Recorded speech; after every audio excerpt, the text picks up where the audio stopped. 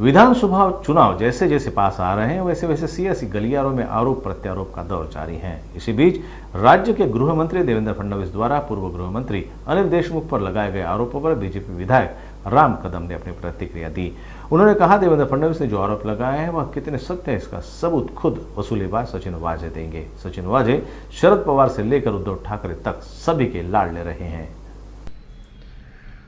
वसुलीबाज वाजेंची प्रतिक्रिया ऐकल्यावर राजेश खन्नाच्या चित्रपटातलं ते एक जुनं गाणं आठवतं की सच्चाई छुप नहीं सकती बनावट के वसूलों से, खुशबू नहीं आया करती कागज के फूलों से। आदरणीय देवेंद्र फडणवीस साहेब जे आरोप करत होते ते किती सत्य आहेत हे स्वतः वसुलीबाज वाजे सांगतो। कोण आहे वाजे? श्रीमान शरद पवारांपासून उद्धव ठाकरेंपर्यंत सगळ्यांचा लाडका। म्हणजे लोकसभेमध्ये महाराष्ट्राच्या जनतेला ह्यांनी गृहीत धरत खोटं नॅरेटिव्ह, खोटा भ्रम पसरून मतं मागितली। आता विधानसभेत सुद्धा आपण या वसुलीबाजांना आपण मतं देणार आहोत का?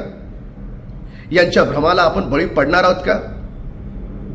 हे छत्रपती शिवरायांच्या महाराष्ट्राने ठरवायचं। श्रीमान उद्धव ठाकरेंपासून शरद पवारांपर्यंत यांना सत्ता फक्त महाराष्ट्राला लुटण्यासाठी पाहिजे। साधा विचार करा, उद्योगपतीच्या घराच्या बाहेर जिलेटिनच्या कांडा ठेवणारा वाजे यांचा लाडका 100 कोटी रुपयाची वसुली पोलिसांकडून करत होते। अशा लोकांना काय धडा शिकवायचा हे महाराष्ट्राच्या जनतेला आता ठरवावं लागेल।